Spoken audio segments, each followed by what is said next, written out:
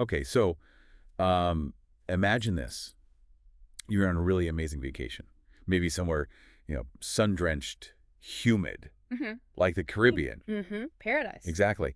And you've just finished that roll of film. You captured something amazing, right? Totally irreplaceable memory. Yeah, those perfect But moments. now it's on this fragile strip of film. So the big question really is, how do you actually protect those images Yeah. from that moment right after the shot until you can get it safely to the lab, especially when you've got things like heat and humidity working against you? It's a critical window. Yeah. So our deep dive today is really about understanding what happens to film after the shutter clicks. Its lifespan, you could say. Beyond the camera. Exactly. Yeah. We've looked at a bunch of sources, insights from labs like the Darkroom, Carmencita Film Lab, Specialists, yeah. and community forums too, like Flickr and Reddit, places where people share their real-world experiences, even advice from Kodak. A good mix. Our mission, basically, is to pull out the best, most effective strategies for keeping your film safe, making sure those moments actually last. And, before we dive deep, it's probably worth saying film is actually pretty tough stuff. Oh, really? Yeah, tougher than people often think. It has this surprising resilience. But that said, knowing how to give it the best chance against the elements, that's still key. Okay, good to know. So let's talk about those elements. What are the main enemies we're fighting against here? Well, when you're talking about those tropical, humid climates especially, it really boils down to two big things: heat and humidity. Right, the obvious ones. Yeah, but they're not just like minor annoyances. They actively speed up film decay. High humidity, for instance, is bad because it can actually foster mold and fungal growth. Ew, on a film itself. Right on the emulsion, yeah. Yeah. That light-sensitive layer, mold loves it. Yikes. And then heat, elevated temperatures, they just accelerate the whole deterioration process. That's where you Wow. get issues like fogging. Clogging is like hazy pictures. Exactly. Hazy, washed out. Or you might see weird shifts in the color. Or just more graininess. Less smooth, more speckled. Okay, definitely not what you want for those once-in-a-lifetime vacation shots. Are there other threats, maybe less obvious ones people might overlook? Oh, absolutely. Direct sunlight is a big one. Even if it's in a bag, if the sun's beating down on it, bad news. Okay. And think about the inside of a car on a sunny day. The heat buildup there can be, well, devastating. Right. Way hotter than just the air outside. Right, like an oven. Pretty much. And then, of course, there are X-rays, like at airport security. They can definitely cause fogging or shifts, especially with faster films, higher ISO stuff. Okay, lots to watch out for. So let's say you've just taken that last shot, Yeah. the moment's captured. Yeah. What is the very first thing you should do? Like immediately. Right, that moment. Crucial step. Rewind the roll. All the way. Immediately. And then, if you still have it, put it straight back into its original little plastic canister. Ah, the canister. Yeah. Keep those. Definitely keep those. If you don't have it, okay. A sealed plastic bag, like a Ziploc, is the next best thing. The main goal is just to create a barrier, seal it off.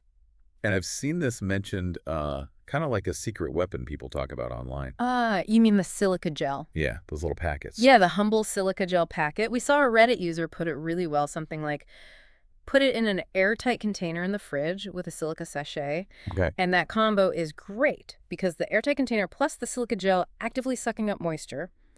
It just slows down that degradation significantly, blocks moisture, slows the chemistry. Simple, cheap, makes a real difference. Okay, so that's immediate protection sorted, films rewound, sealed, maybe got a silica buddy in there. Mhm.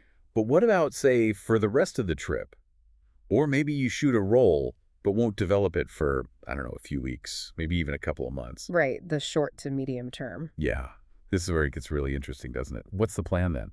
Okay, so for that kind of time frame, weeks to months, the gold standard is really refrigeration. Keeping it cool. Exactly. You see labs like the Darkroom, PhotoVision, they all advise keeping film cool. So for medium term, pop it in the fridge. You're aiming for roughly 5 to 8 degrees Celsius. That's about, 40 to 46 Fahrenheit? Okay, and that helps how? Well, it significantly slows down that chemical degradation we talked about. It can actually, double the film's effective shelf life. Double it. Wow. Okay, but what about that tropical vacation scenario? You might not have a fridge handy on the beach. Good point. Yeah, no fridge readily available. The advice then is to still aim for cooler temps. Maybe around 10 to 13 Celsius, so 50 to 55 Fahrenheit. How do you manage that? You could use a small cooler bag, an insulated lunch bag type thing, even just keeping it tucked away in the shade, out of direct sun, in your car's footwell, or deep in a beach bag. helps avoid those really sudden, damaging heat spikes. Right, avoid the extremes. Exactly. And just for reference, with unexposed film, black and white is generally okay below about 20C or 68F. But color film is a bit more sensitive. Ideally, keep that below 15C or 59F if you can. Okay, that makes sense. Cooler is better, fridge is great for medium term. So Mhm. what if we're talking really long term, like years? You shot something incredibly special, you want to archive it Mhm. properly. The deep freeze. Freezing, really? Absolutely. For true long-term archiving, freezing is the way to go. We're talking like minus 18 Celsius, which is 0 Fahrenheit. Why, it's 18. Okay, what does that actually do? Well, this is the amazing part. Freezing essentially stops the chemical aging process altogether, Stops it completely. pretty much dead in its tracks. Think about freezing food, right? It pauses everything. For film, this could mean potentially like a tenfold extension of its usable life. 10 times. Yeah, so say a film has a 2-year shelf life printed on box. Frozen correctly, it could theoretically last maybe 20 years. Wow, that's incredible. Is there a catch? The absolute critical rule is it must be sealed airtight before it goes in the freezer. No question. Why is that so critical? Moisture.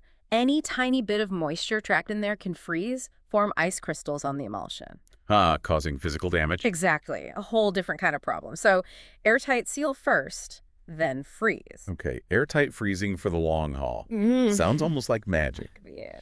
But I've heard people worry about taking it out of the cold. Condensation, right? Is that a real thing? Oh, it's absolutely a real thing, and probably one of the most vital steps people forget. Okay, so what's the secret? How do you thaw it safely? The key is warming it up gradually. And this is crucial.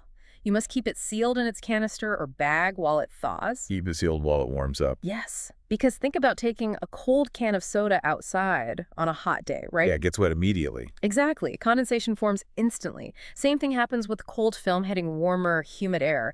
That moisture can wreck the emulsion, cause spotting, even lead to mold later. It basically undoes all your careful preservation work. Right, okay. That makes total sense. So how long does it need to thaw safely? Good question. If it's coming out of the fridge, you want to give it at least, say, 2 hours to reach room temperature. Minimum. 2 hours from the fridge Okay. and from the freezer. From the freezer, longer is definitely better.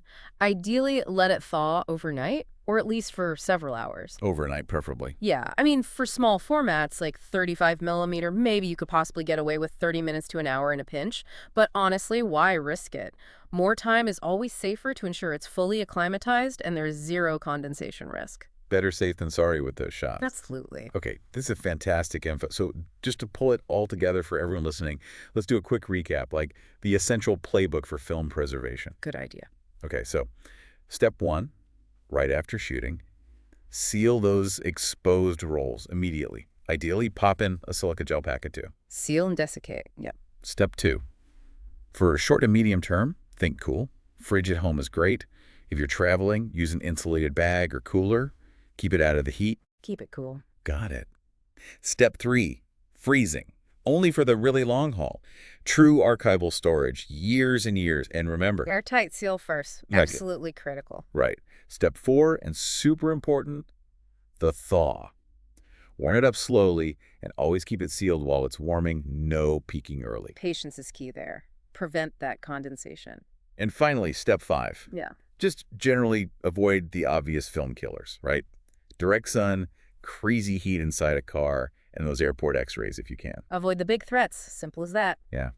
It sounds like following these steps, they're pretty straightforward really, but they genuinely give you the power to protect those memories, keep that history safe. Absolutely. It really does empower you, to protect your own creative work, your personal history from just fading away due to time or environment. And it kind of makes you think, doesn't it? This whole process raises an interesting question.